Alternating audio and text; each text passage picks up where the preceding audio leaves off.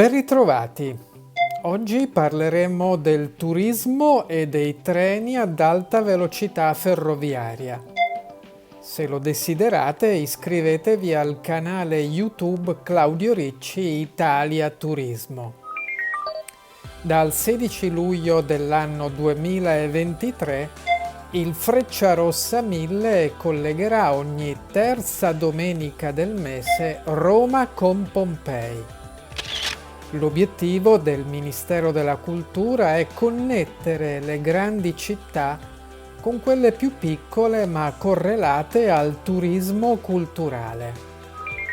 Oltre all'alta velocità ferroviaria, le Ferrovie dello Stato italiane amplieranno i servizi a media velocità verso mete culturali nei fine settimana e verrà aumentato anche l'utilizzo dei treni storici, attrattivi per esperienze uniche.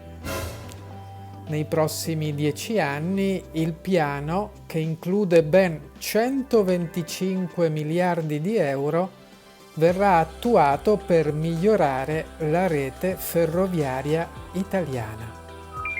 Grazie e buon viaggio con i convogli ferroviari italiani verso le vostre mete turistiche preferite. Arrivederci!